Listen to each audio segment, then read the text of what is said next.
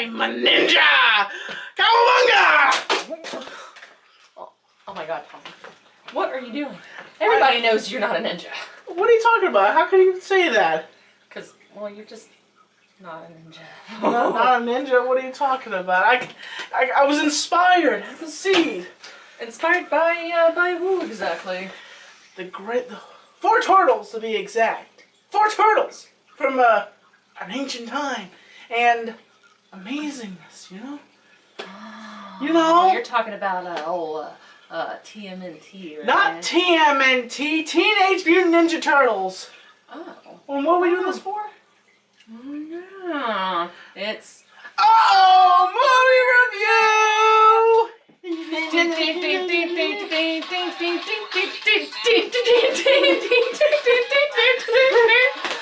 Here's in a house. Turtle power! So let me just turn off my phone first, and then we can continue on. Turtle power! My phone gave us a beat there for our turtle intro. So yes, we just finished watching the opening night Teenage Mutant Ninja Turtles. Yes, and do you want me to lead off, or do you want to lead off? Well, I will start by saying that oddly enough, I really enjoyed this movie.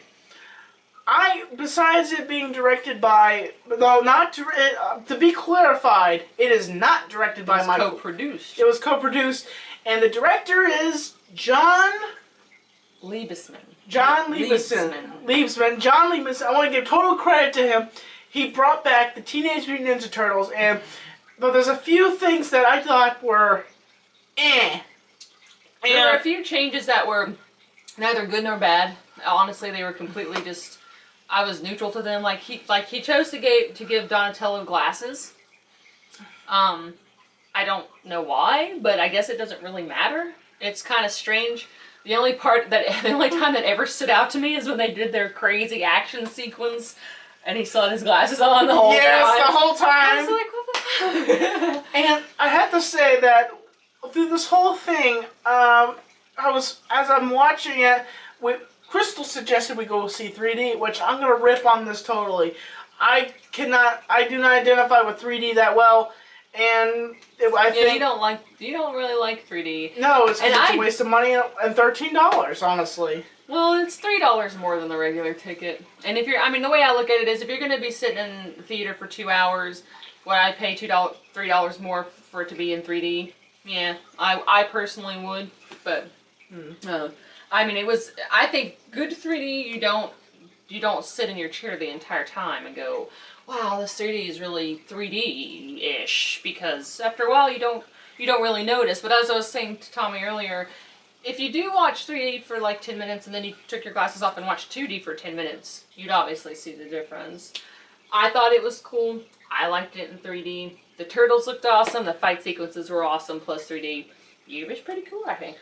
Yeah, well, I hate 3D, and out the top, I could not, nothing popped out to me, and honestly, with this whole film put together, I honestly felt like that the movie, now, the thing is, though, with the Turtles, is originally the idea was this, there was this kid that tripped and fell into,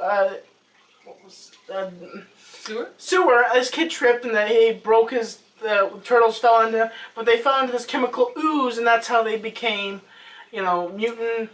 But this is a total, well, if anybody who watches a movie review knows that we always do spoilers. Spoilers. So, anytime you're queuing in, prepare pretty much immediately for spoilers. But, I meant to ask you earlier. What? I don't recall ever in any of the original storylines the Turtles having known April when she was a child and she was responsible for saving them. No. They changed the storyline completely in this movie. So if you are, for any reason, a diehard Teenage Ninja Turtle fan, they do change it quite a bit. And I kind of thought it was connecting the dots, but it was... it wasn't a bad way to change it, honestly.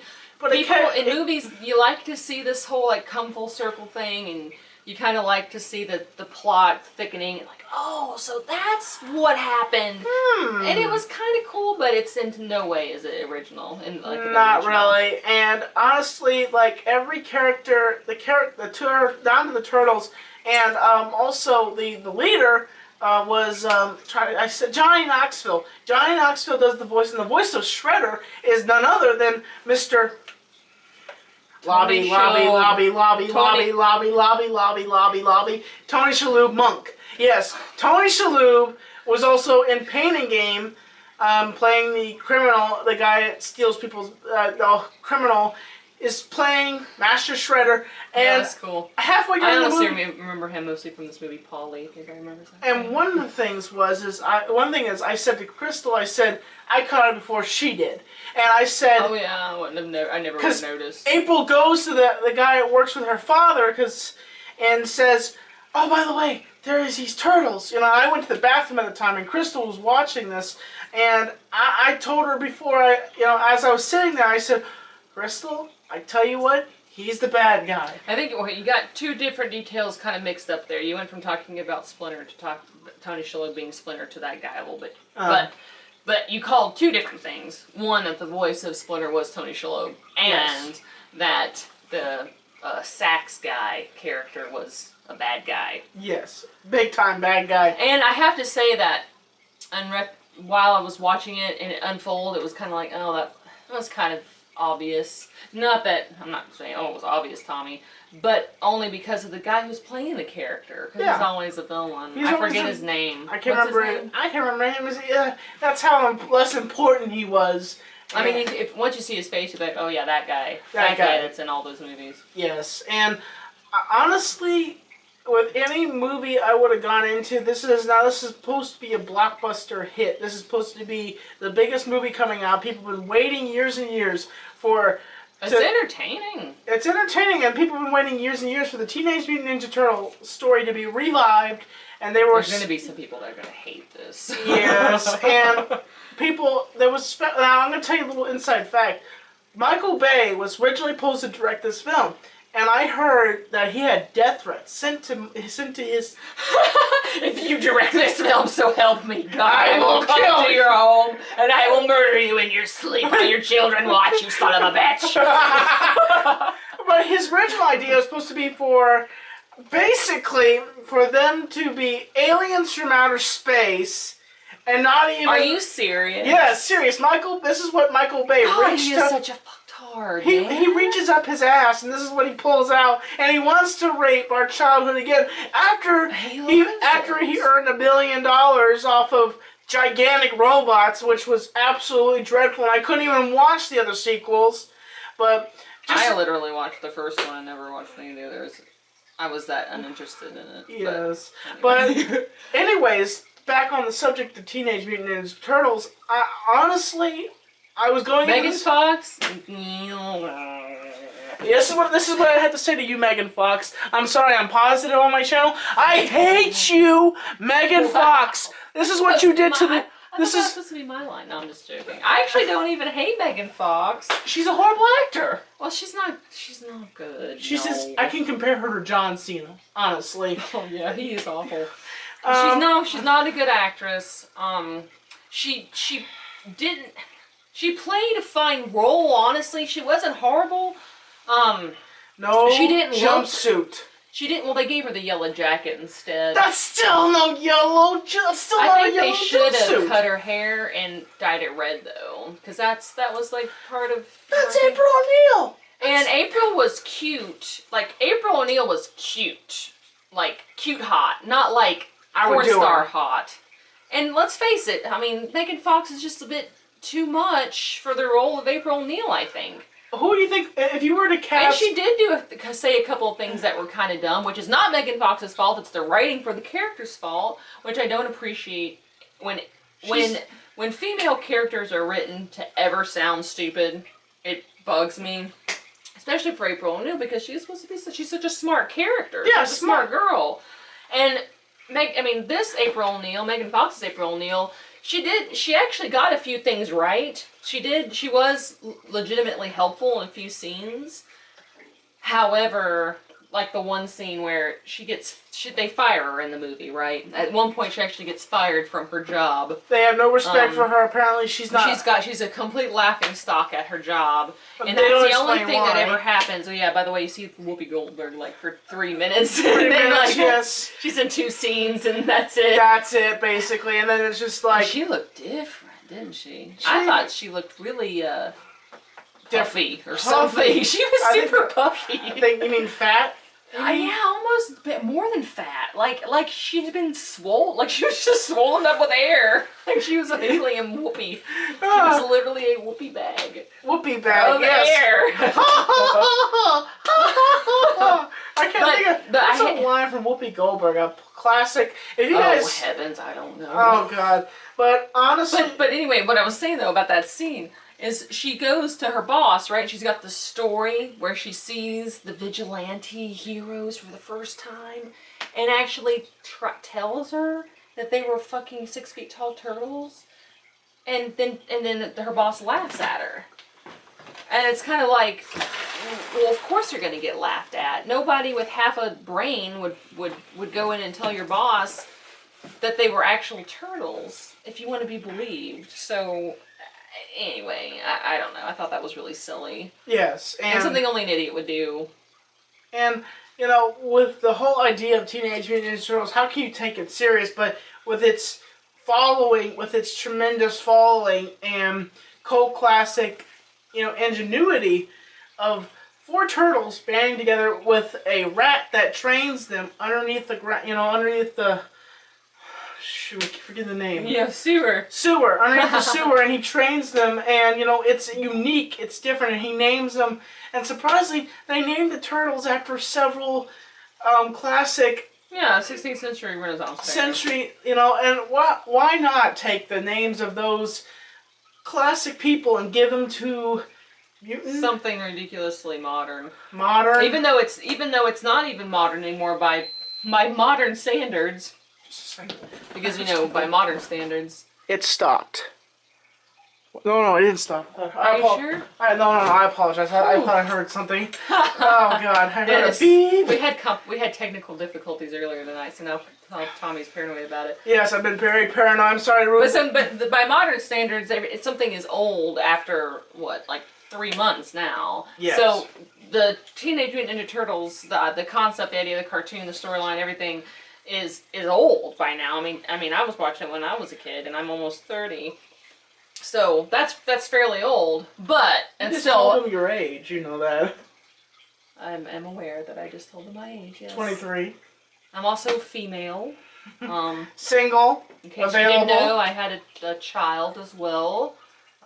Any other shameful details they might not know yet? Yes. Goodness gracious. No. Anyway, so I mean, I'm surprised that I liked it as much as I did, because the thing that's cool about this movie is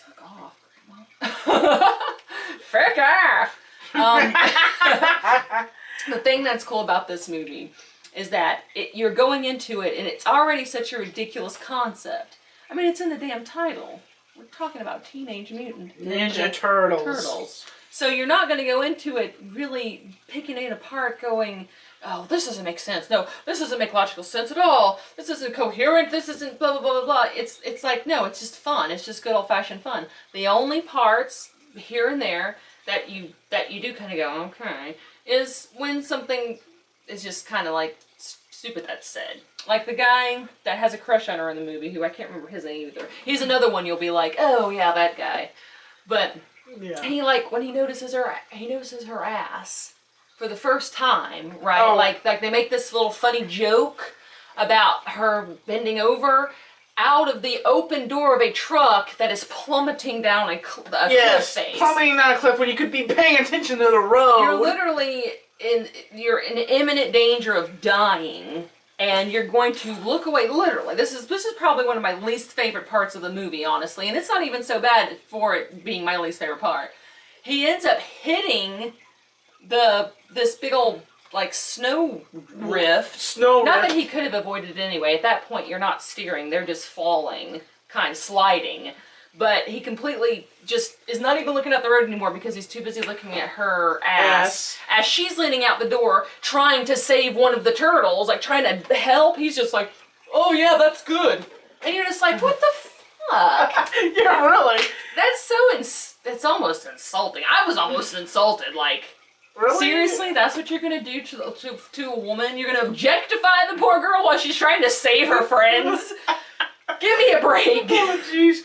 But, you know, through this whole entire movie, I really was Entertained. That's the term. That's the term. I think you're entertained, man. Entertained. The action's great. The animation is great. The freaking kung fu throughout the whole thing. Shredder was... At no point are you really sitting there going, all right, I'm bored, there's too much dialogue, there's not enough action. I think they got one thing right in this movie. They knew that it was all just silly games. So they didn't spend a whole lot of time being serious. It was just fun, action, fun. Ooh. What was it, Raphael or something? Oh gosh, yeah. I think maybe Tommy might agree with me in this one. As far as sheer, like just cute, funny, like awesome, like yeah, okay, I really like this. I really like this more than I probably should like this. Is when they are going to the freaking top floor to have their epic fight with Shredder. And they're waiting to go to the 55th floor of the skyscraper in New York in the elevator. And Mikey starts to beatbox. He's like, MC Mikey in the house. And he's taking his freaking nunchucks. And he starts in. And then it's just this pause. And first you assume, oh, Michelangelo, he's the goofball. Someone's going to like whack him in the head and tell him to shut up. No. Nope, they just all go into beatboxing. And they're using their weapons as tools, as instruments. And they're like, and then as soon as the doors open, they're like, all right, let's go. And I really like that kind of humor that was in it. Hit home for me. And every now and then it was like, it was a little silly, but for the most part. And also, to be honest, you know, give it a B+. There's a chance to slip in a fart joke occasionally, and they did it. Just once, actually. Once they, one of the turtles fart, and they're stuck in the hole, and they're trying to make sure that Master Splinter doesn't figure out that they've left. And they're trying to rush back before he realizes they're gone. Yes, and also, by the way, big commercial. If you like eating, what is it? Pizza. Pizza Hut pizza. Was it Pizza Hut? Pizza Hut! Do you know, it was funny to me because Pizza Hut, like you said, must have been a sponsor. Yes, because I didn't even notice the brand that was on that I noticed it and I said, sponsorship! I think I'm a little bit, like dumb to like, commercialism sometimes, because I did not even notice. When you leaned over and said that's their sponsor, I was like, who? Even though it was the big, bold print on that pizza box, I never saw it. Yes, and just to say, it was all this movie, to put this all together, awesomeness. I would have to say that it was action-packed, and I don't know what to say, but you know I think what? we said it.